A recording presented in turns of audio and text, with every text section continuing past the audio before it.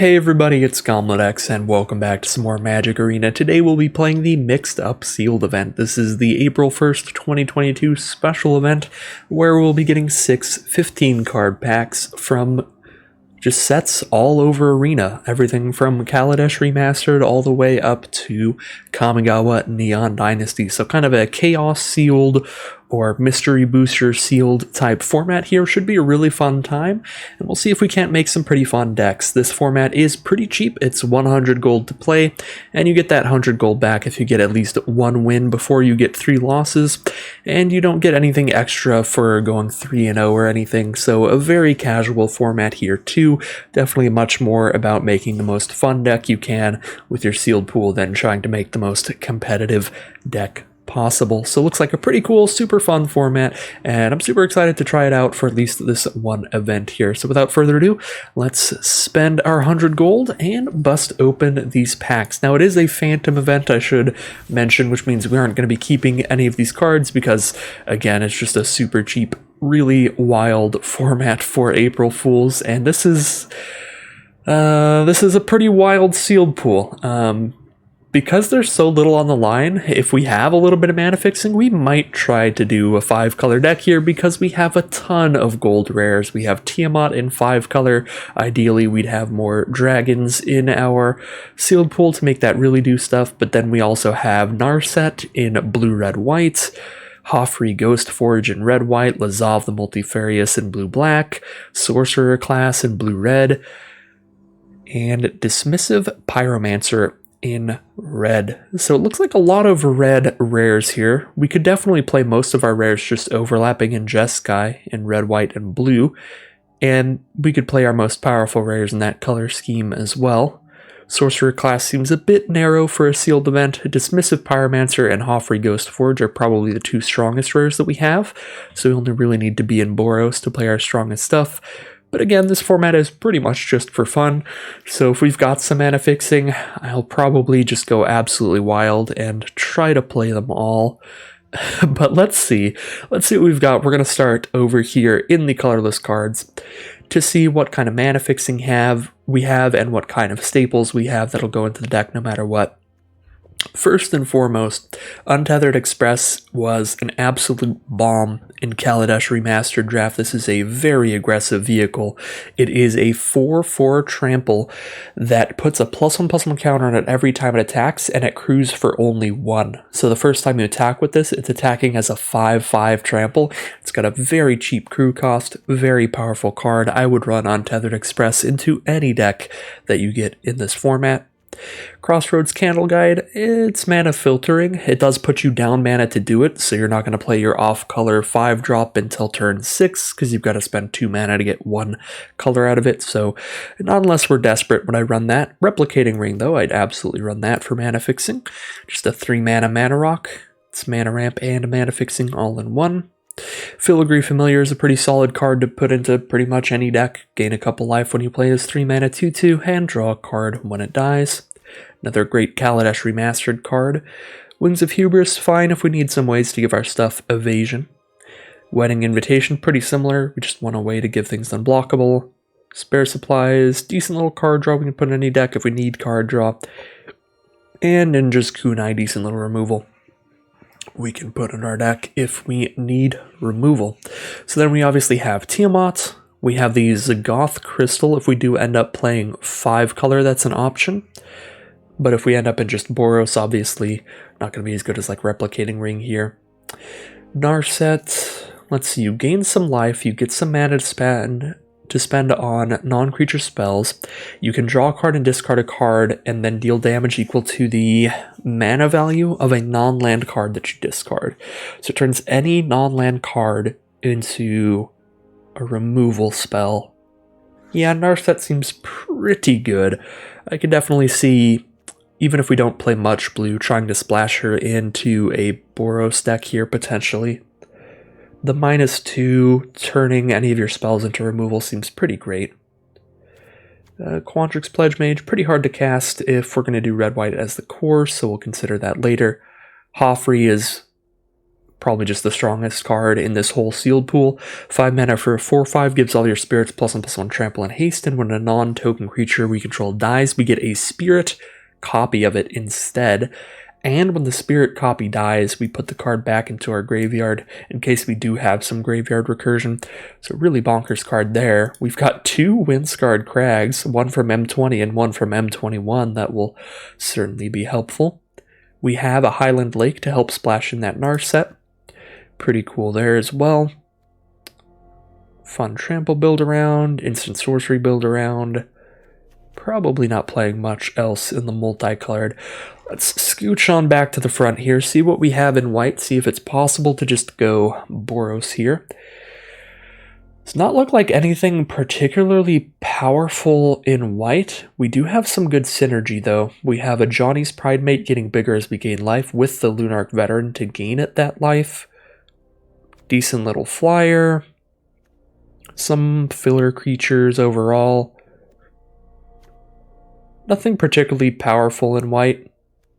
Just a bunch of decent filler stuff. If we need to go down that path as one of our core colors, then we can. But it's certainly not the most exciting color in the sealed pool, hopefully. Because it's pretty basic, but we do have plenty filler cards to run to make it a thing. But definitely going to take a look at blue and red. Maybe we're going the opposite way than I thought we were. Maybe we're going to go blue-red, try to splash the white. Let's see. So Memorial to Genius, I would probably run this over an island since it gives us that flexibility once we're flooding out of turning into a spell that'll draw us 2 cards. Missive Yara, you do hurt for removal a bit in a lot of these sealed pools when you get cards from just random sets, so we might end up running that. Prefer not to. Renowned Weaponsmith is not really playable without a Heartpiercer bow or Vial of Dragonfire. 2 cards we definitely don't have copies of. Most of these cards are pretty random, pretty filler. I guess Arcanist is fine. 2 mana 1/3 that can cast our spells a little cheap. Fine flyer from Hinterland Drake. Wow, our blue's pretty empty. We've got some great like 4 mana 3/2 flyers here, the Gale Drifter and the Siren Reaver, but that's about it. Our non-creature cards are just not very good. Mist of Yara being maybe our best one. Bar the Gate is also like fine, but certainly not exciting. Blue doesn't look super great. I'm actually more leaning towards having white be one of our core colors than blue, which is surprising to me because white did look really mediocre. Take a quick peek at black. Nothing super powerful in terms of rares in the black part, so we're not trying to get to a black deck for our powerful bombs. But if we just have more powerful removal and creatures in black than any other color, we could end up playing it. But it doesn't really look that way. We have some really solid pickups, but a lot of, again, very filler cards like Dowser of Lights. But yeah, solid pickups like Virus Beetle, Kami of Terrible Secrets, Foulmire Knight. Not too much going on in black, though. Probably alright to just leave it there. Red does look pretty good, and that makes me pretty happy, because we definitely want to be in red for Hoffrey. So it looks like we do have Careless Celebrant at 2 mana, a 2 mana 2/1 that does 2 damage to something when it dies. Kind of turns into a bit of a removal spell there. Dismissive Pyromancer, our red rare, that just is a removal spell for 3 mana. Crack it and deal 4 damage to something. Royal Eruption, another great removal spell. 2 mana for 3 damage to any target, or 7 mana for 5 damage to any target. That includes your opponent's face, so you can kill your opponent out of nowhere later. I do enjoy Orietta of Mountains Blaze. This is a pretty good late game card for filtering out any extra lands you've drawn.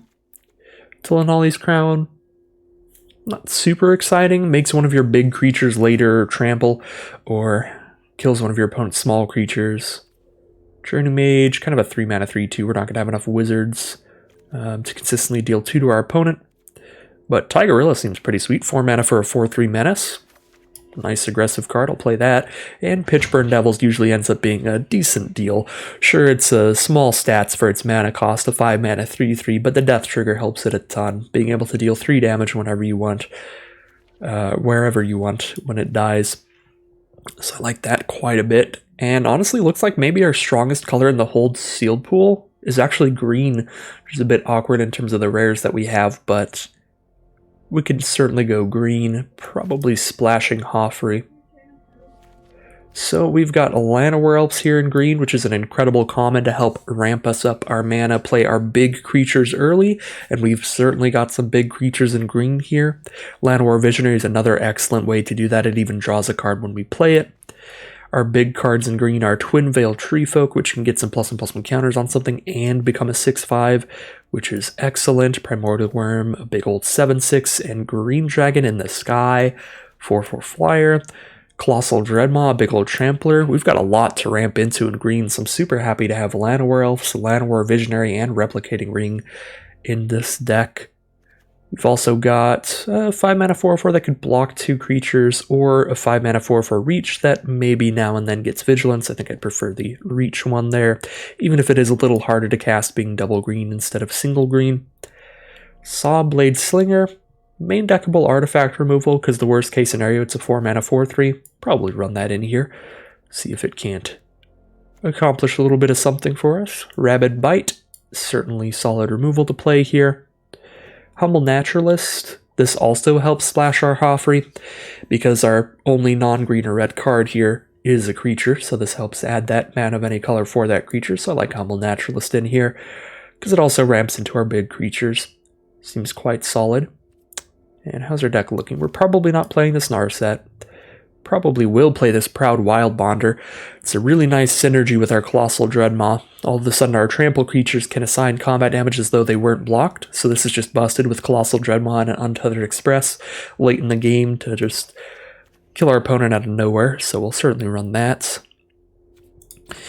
So we do have 17 creatures, so a great creature count for an aggressive deck that wants plenty. 4 non-creatures. So 2 more filler cards. We're probably looking for just some nice filler combat tricks or something like Bull Strength if we don't have enough removal in the sealed pool. Yeah, Bull Strength seems pretty good here. +2/+2 trample, untap a creature, just a random little trick. Help us clear the path for the rest of our creatures. Mammoth Growth is a fine trick. Arbor Armament is a fine trick. Probably just putting another filler trick into the deck. I guess we could see our instant sorcery count. Maybe we want to play a Pledge Mage for double green. Nah, just 1 instant 2 sorcery is probably not enough to really justify playing a Quandrix Pledge Mage. I suppose alternatively we could go for a Spare Supplies to draw some cards, could go for a Ninja's Kunai for some more cheap removal. How much removal do we have in here? We only have Rabid Bite, Royal Eruption. That might be it. It's kind of it. Maybe we do want to play Ninja's Kunai in here, just for one more way to do 3 damage wherever we need it. I could see that being the final card. That seems pretty fine to me. And looks like we're going to become just a Gruul deck, splashing in a Hoffrey. Just splashing in our strongest rare here. One more look over the cards in the colors that we're playing. Is there anything in white powerful enough to also want to splash it? Not really. I think this looks to be the deck. Let's go ahead and get our Parallax card styles off. Give the deck a name. Get into some gameplay. Oh yeah, this looks like a fun deck.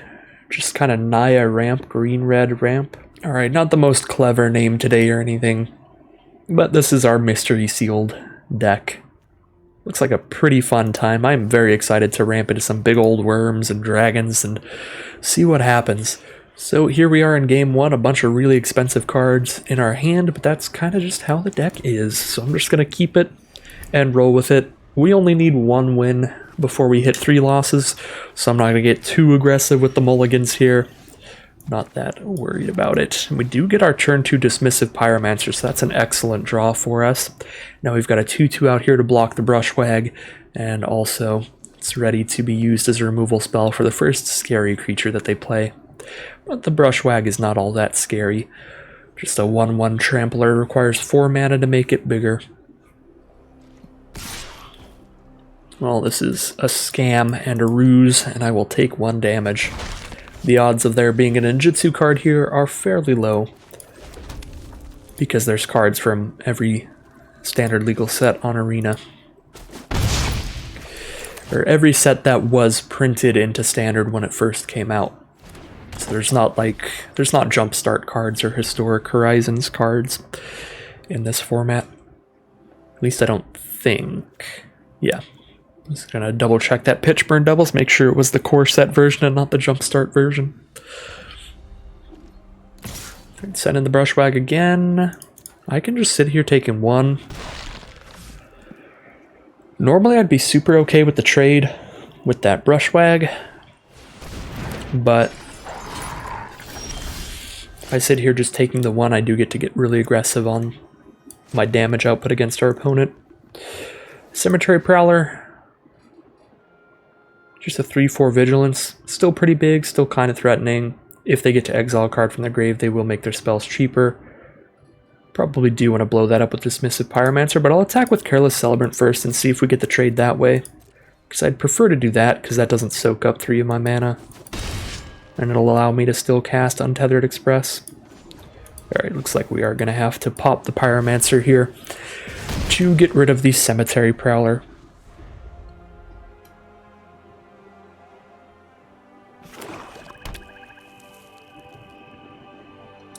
So Golgari from our opponent, they've got 4 mana up now, which is enough to buff the Brushwag if they have nothing else to cast. Brushwag's coming in hot, and it is going to be the 4 damage. Alright, we've got our 5th mana now. As much as I love Untethered Express, probably better to just cast the creature I don't have to crew. The Gnarled Sage here.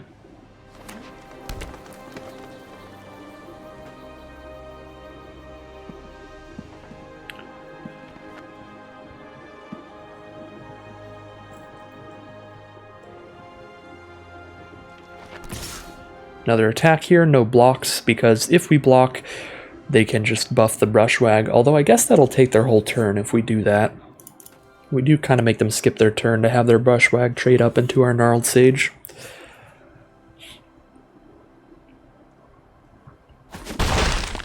So that is an option just for soaking up their mana.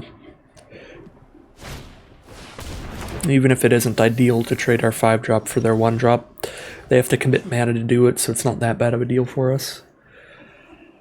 Definitely an attack both here. Not sure what we want to do post-combat between Proud Wild Bonder, Pitchburn Devils, and Untethered Express. So Gift of Strength on Naga Vitalist to go ahead and clear out our 4/4.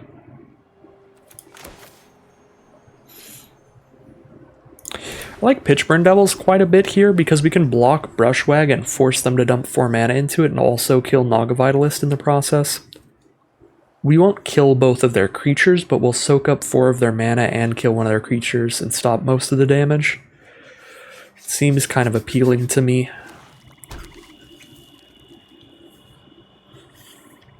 And because Proud Wild Bonder, if this was like a... I don't know, if this was 5 toughness, I'd probably play this instead, but since it's only 3 toughness, it's also just going to die to the Brushwag if it gets in combat with it at any point.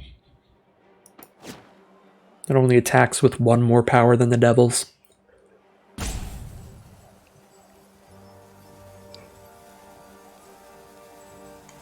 So I feel like the Devils is probably just better at getting into combat on this board state.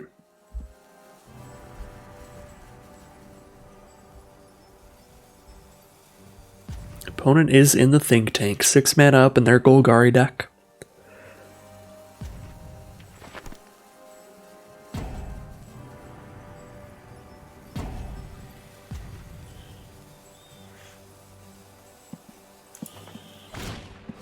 Fathom Fleet Cutthroat it is, just as a 4 mana 3/3 here.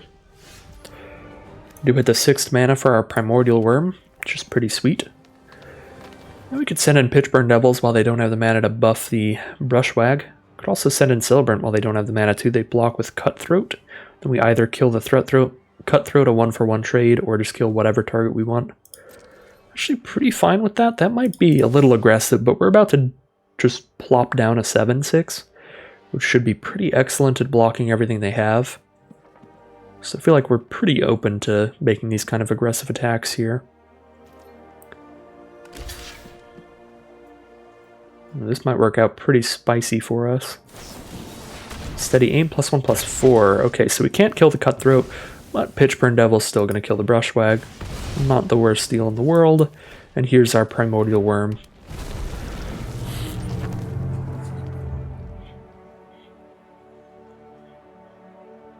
Two cards in their hand. They are a black deck here, so very possible they just have straight removal. They do have straight removal for Primordial Worm, and they'll hit us for 3 with Fathom Fleet Cutthroat. We are down to 11, they're down to 10. We have drawn Royal Eruption to go ahead and get rid of Fathom Fleet Cutthroat. Celebrant does just 1-for-1 trade for Vitalist, which is not super exciting. Probably still worth the attack. I guess the biggest reason not to attack would be that it's a good card to help crew the Untethered Express here. But we just haven't played it for so long, I feel like it's just going to chill in our hand. But no, a better line there might have been to just not attack, just play Untethered Express in the Royal Eruption. That probably would have been better. Draga Visionary from our opponent, a 3/2 that draws them a card when they play it. They have another removal spell here as their last card in hand. They haven't actually played that much removal, they played mostly combat tricks, so wouldn't be completely out of the realm of possibility. But I would certainly prefer they didn't. Ooh, Hoffrey Ghostforge. Well, that's going to make things real simple here. We will cast Hoffrey. I was going to cast Untethered Express and just kind of sit here, wait till I can crew Untethered Express and attack with it as a 5/5, so that I can attack in without losing a creature, but now that we have Hoffrey, we can attack in and just get a copy of a creature, so it's going to be super solid. It's like a clear shot from our opponent, so it was another removal spell. So Hoffrey's going to come down onto an empty board. There's a Rabid Bite from us. See, well, it's not necessary to do so. I guess it plays around another combat trick from them. But they have played a lot of combat tricks. Alright, so we do attack for 4 with Hoffrey. They're down to 6. We're at 11. And we've got the Untethered Express at the ready, so even if they kill Hoffrey, if we top deck a creature, we can just play a creature and immediately crew the Express to get jamming in with a big Trampler. A 5/5 Trampler is very threatening when you're at 6 life like our opponent is.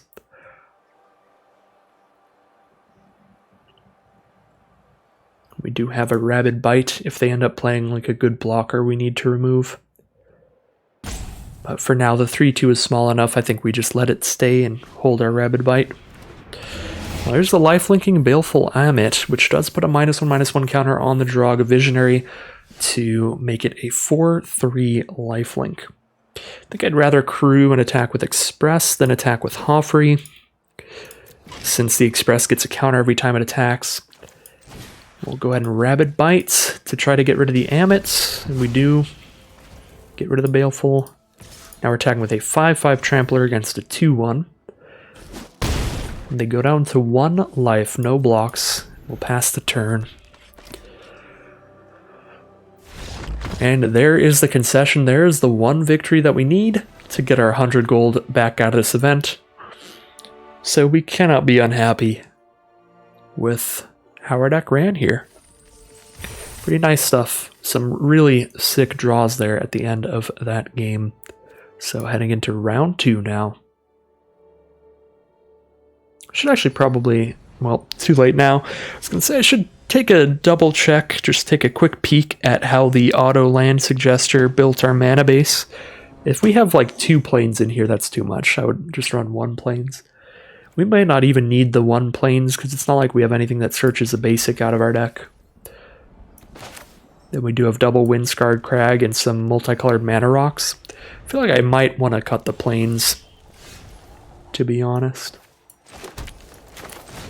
Alright, turn 2, Oread of Mountains Blaze. Our opponent is on Boros. We see a mountain and a plains. 7 cards in hand. They're reading up the Oread and they're blowing it up with a Royal Eruption. Let's drop our turn 3 Filigree Familiar, although Llanowar Elves is an option 2 now. I think I'd rather set up to play a 4-drop here, plus we get to set up the Kunai. So whenever we don't need the Llanowar Elves for mana, we can tap it to throw a nice little dart at our opponent's best creature. Night Squad Commando from our opponent, that's just a 3-mana 2/3 here. We did hit a land anyway, so it looks like we are still going to get to cast a 4-drop. I kind of want to get greedy with this Sawblade Slinger, honestly, and try to wait for an artifact or a zombie. So I could just play Filigree Familiar and blow up their Night Squad Commando with Ninja's Kunai. Seems fine to me. Spends all of our mana here. Might be throwing out the Kunai a little prematurely, but... Wait, what? 1 mana tap, sacrifice Kunai, deals... Oh, that's the equip ability. The creature has the Kunai ability. Okay, that's weird. As you can see, I haven't run too many Ninja's Kunais in my time. Angrath. Angrath is a pretty solid card. It's going to get them 2 2/2s, basically. That is a zombie, though, which means we won the Greed War. We get to play Sawblade Slinger and fight that target zombie. Get it out of the way and kill Angrath. So Sawblade Slinger really doing its thing there. I was expecting the greed to maybe get paid off by our opponent playing an artifact, but playing a zombie, that's even cooler. So they have a 2/3 to block with. It does attack as a 3/3 Vigilance, but that doesn't matter on blocks. So we can Twin Veil Treefolk here, probably, is what I want to do. Buff our Filigree Familiar and get jamming in with these two. They don't have any good blocks, so they go down to 12. And we're 1 mana away from casting the Twin Veil Treefolk now. Ilharg, the Raise Boar. Oh no. A 6/6 trample. When it attacks, they put any card from their hand onto the battlefield, tapped and attacking, and then put it back in their hand in their end step. That's an incredibly threatening card.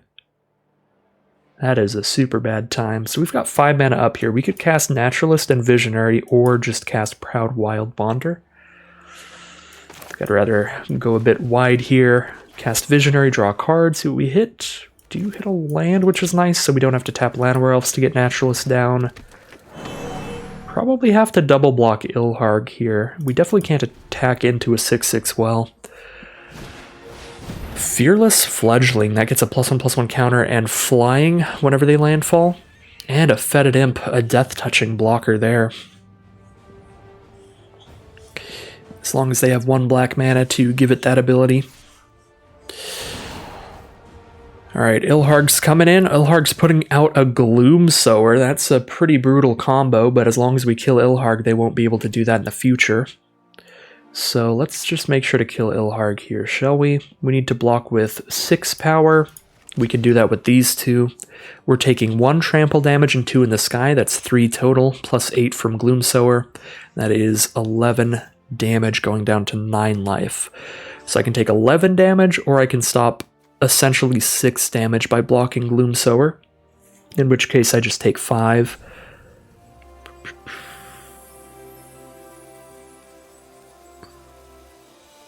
Sure.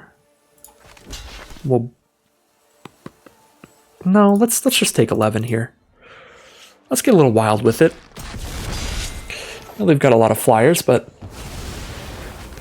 they're not going to be able to recast the Gloom Sower, and they're only hitting us for... I guess they potentially hit us for like 5 a turn, but that's only if all of their creatures survive all of our combats, and they're down to 12. Okay, I probably should have made the jump block there. Let's be honest, but we've got our win. We're all good. But this will keep it interesting. Keep it exciting. See who outraces who now.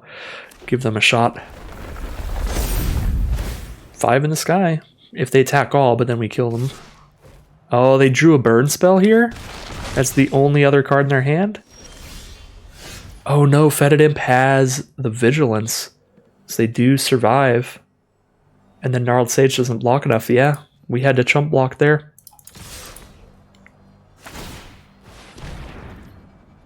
Death Touch block the Tree Folk. They go to 2 life.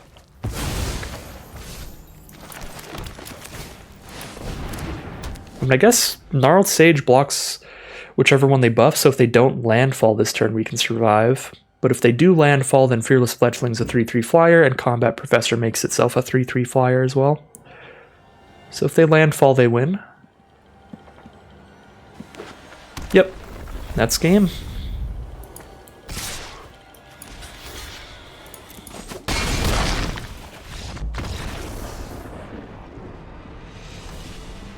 Game 3 here, definite keep.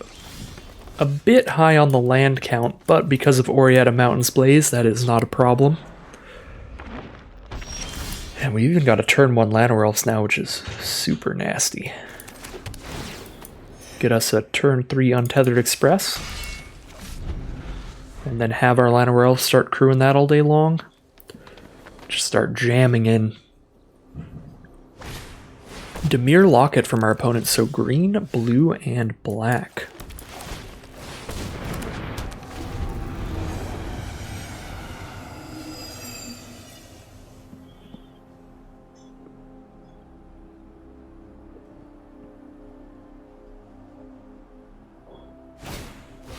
Clattering Skeletons from our opponent, a 4/3 that ventures into the dungeon when it dies.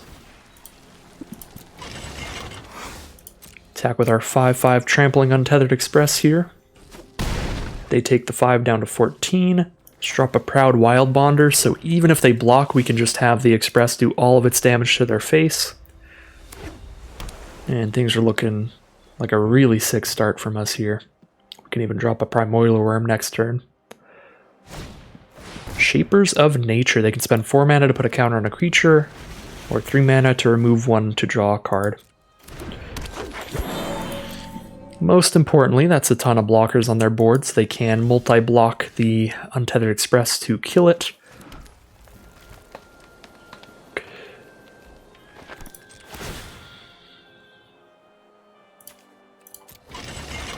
So I'm going to crew like this so that if they don't block Untethered Express, I can just cast Primordial Worm, thanks to Llanowar Elf's mana. But if they do try to block it and kill it, we can cast Brute Strength and just get them here. 4, 5, 6. Yep, Brute Strength does some absurd things here. And there's the concession from our opponent, a disgusting combat trick to keep the Untethered Express on board. Here we are in round 4. We are 2-1 after a bad punt chump block a couple games ago. A missed chump block, I should say. Let's see if we can't make up for it here with a 3-1 run.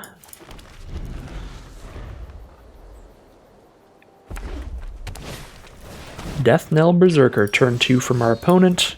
Our hand's pretty slow, so I'm just going to take this opportunity to keep their board clear. Give us more time to set up our bigger spells. They do have a Rakdos deck here with a zombie out on turn 3, which is great for our Sawblade Slinger.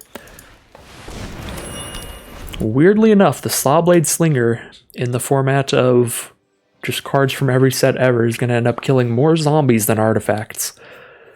But, you know, I'll take it. As long as it kills something on the Enter the Battlefield trigger, I'll be pretty happy with it. I guess we get to play Gnarled Sage instead, but I'd rather just get this ghoul off the board, I think.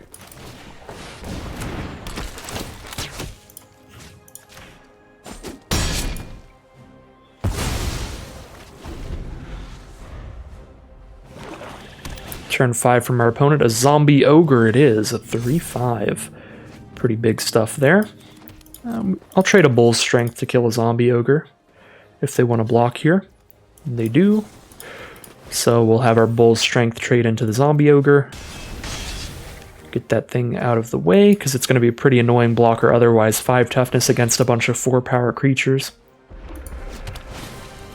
Rekindling Phoenix, a very excellent mythic from Rivals of Ixalan. That'll just keep coming back from their grave every time it dies. So, not exactly getting in super well here. They're at 19 life too, so I just don't think it's worth the attack. If we attack in, they'll get an elemental token, and Rekindling Phoenix just comes back from their grave on their turn. So we trade one of our creatures for basically nothing if we attack in here.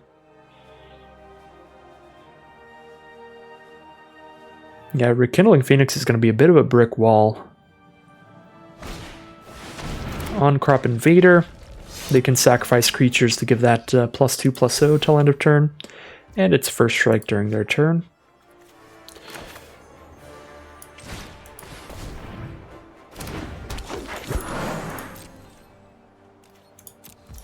So because of this Rekindling Phoenix, we are going to have to just sit here for a while, basically waiting to draw until like Hoffrey would be our biggest, or our best draw, because that makes it so even just sending in like Trump attacks isn't that bad because we get replacement creatures, spirit creatures.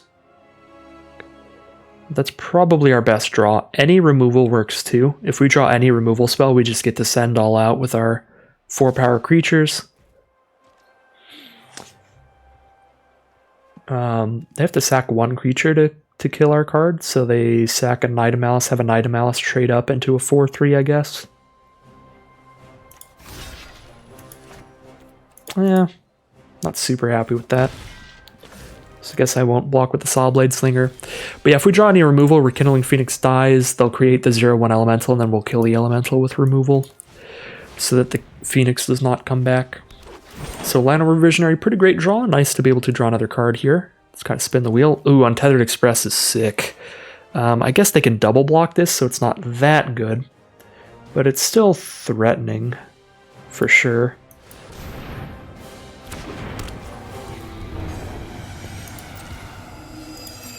Suppose we get to send in Gnarled Sage. They only kill it if they double block, which again would be trading Knight of Malice into Gnarled Sage.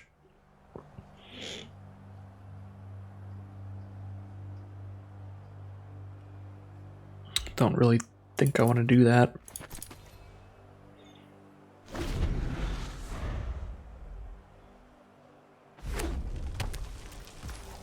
I guess now that I have Untethered Express, I have to consider the fact that every creature I get out of the way is one less creature to double block Untethered Express here. So if I block on Crop Invader here, and they have to sack a Knight of Malice, then their Invader's tapped, their Knight of Malice is gone. If they sack Rekindling Phoenix, then we get to just attack with everybody next turn, which is super wild. So I wasn't expecting that to happen. But I guess that works too. That way they don't lose a creature here, but they lose their ability to block this turn. So I'm still very happy with that. Ooh, except they have artifact removal. Does hinder our plans quite a bit. Still get our good attack in this turn while we can. It's certainly much less good without the Untethered Express. But it's something.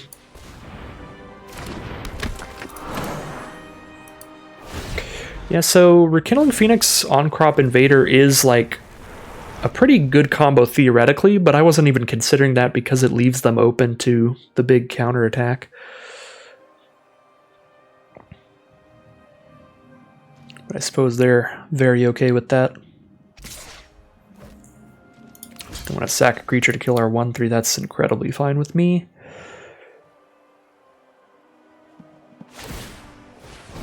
Yeah, some just really bold attacks from our opponent. They are jamming in. Underworld Ragehound, 3/1, big enough to kill Proud Wildbonder, that's a bit of a problem.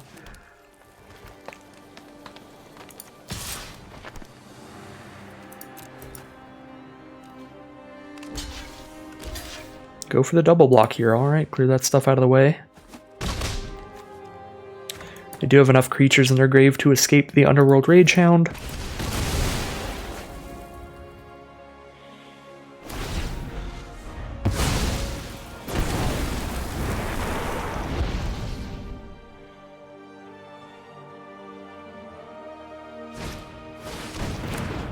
Swarming Goblins, that is very good with On-Crop Invader.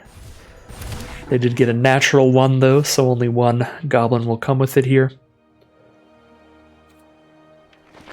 So easy no block, right? I believe so.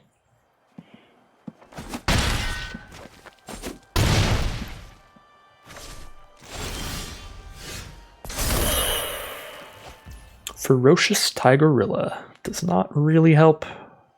Come with Trampler Menace. Neither of those matter that much. They've got multiple blockers now. They can go trade, take 2.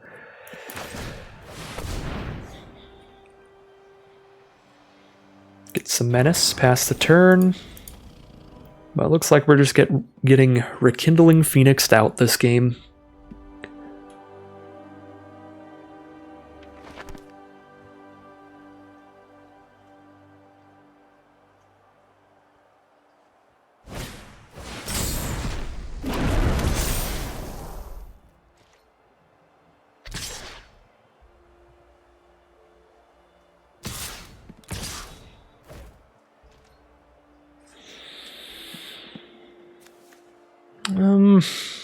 So 8, 9, 10, we do have to block 1. We can just chump block on Crop Invader and hope for like a burn spell off the top, get real lucky with our next attacks.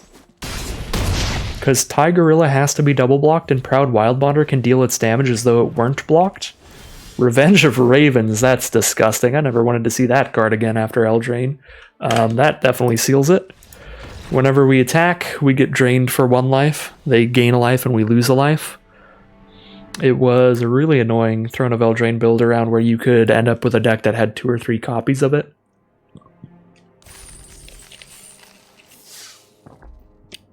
Very bad time.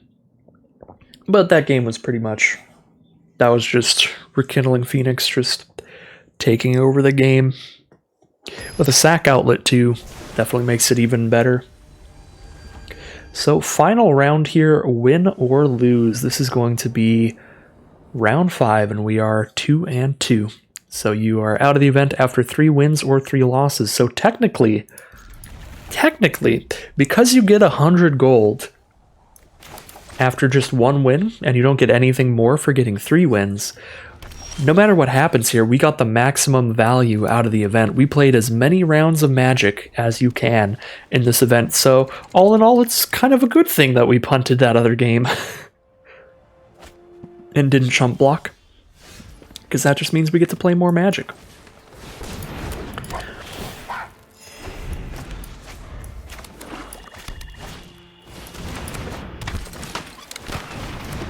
Well, this is an aggressive Rakdos deck here. Do we have a 4-drop? I guess we can use Twinveil Treefolk. But if I don't play this Windscarred Crag now, I'm not going to be able to play Tigreal and Devils in the future. Yeah, we're just going to have to take some damage here. Luckily, we've gained some life, so it won't hurt that bad.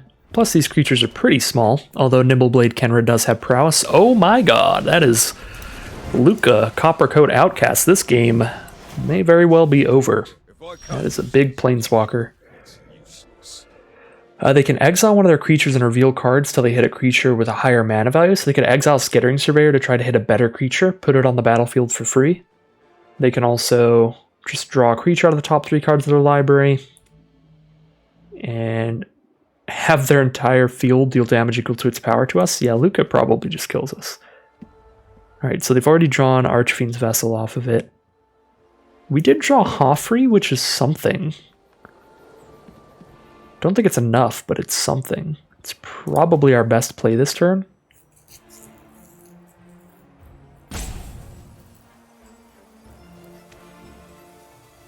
I think it is. Attack.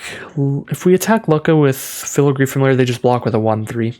Because if they kill Familiar, we get it back and we draw a card, and they know that, so we would want them to do that, but they're just not going to do that. They can block with a 1/3 and have them bounce off each other, so we can't really threaten Luca at all. Draw another creature off the top. It is a Skeleton Archer, and now they are at Luca's ultimate, which currently is only going to do 4 damage to us, because they only have 4 power, but it shouldn't be too hard for them to establish a pretty big board state.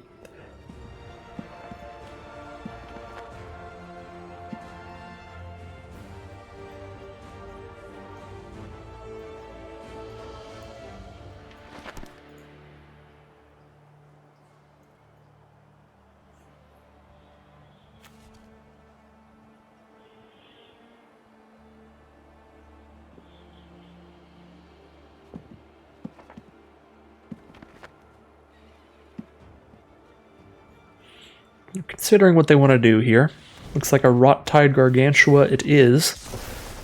They're to choose not to exploit anything so that we don't sacrifice our Filigree Familiar just to get it right back. Play our big old Colossal Dreadmaw. It's probably our best creature for actually trying to get in against Luca. 5, 6, 7, 8, 9, 10 power on their board. They are still drawing extra cards every turn off the +1.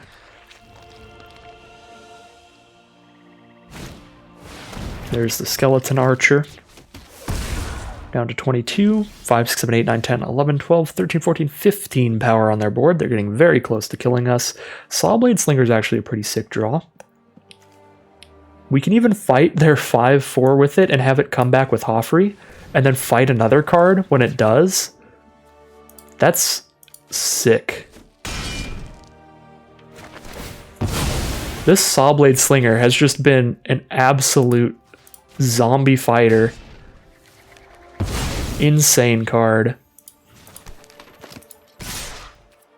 Insane card. This whole draft. Now we're sending in a ton of trample its way. Go for the big kill on the Colossal Dreadmaw here. So bigger Dreadmaw it is.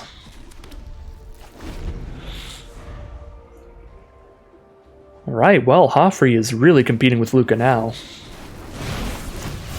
Drawing another card off Luca, it is a Gore Clan Wrecker. 3/3 Menace coming down. And a Breakneck Berserker. Alright, we do not have the mana... Or we don't have any haste creatures in hand, but let's see, 3, 4, 5, 6, 7, 8 power over there. So if we Twin Veil Treefolk, they just can't kill Colossal Dreadmaw. They just don't have enough power. So Luca's just not long for this world, and they're going to scoop them up. Surprising victory there. Hoffrey being just an absolutely absurd card that it just outpaces Luca with kind of just any creatures on your board state. The Sawblade Slinger was huge too. That was so cool, being able to fight into their 5/4, let it die, and have it come back as a bigger version with trample that fights their smaller zombie as well. So 3 and 2 it is. We'll claim our 100 gold prize here, but mainly this format is just for the fun of it. This is going to be up all day on April Fools, and I believe that is it. So if you want to play this format, make sure to log on today, get your games in. I think it's a really fun time, and I think you'd all enjoy it. And no matter what, it's a pretty cheap entry fee just to log in and have a good time. So that is going to end today's video. I hope you all enjoyed it. There's a bunch of really good stuff on the horizon. Dominaria drafts are live today as well, so we'll have a Dominaria draft video up tomorrow and daily for quite some time. Then we have Ravnica Mixture Sealeds the week after that, and Tinkerer's Cube drafts the week after that. Tons of great limited stuff on the horizon. There already was a ton of great limited stuff on the horizon before they announced the Mixed Up Sealed event, and now there's just even more variety, at least for today. So once again, thank you all very much for watching, and I'll see you again soon for some more Magic Arena.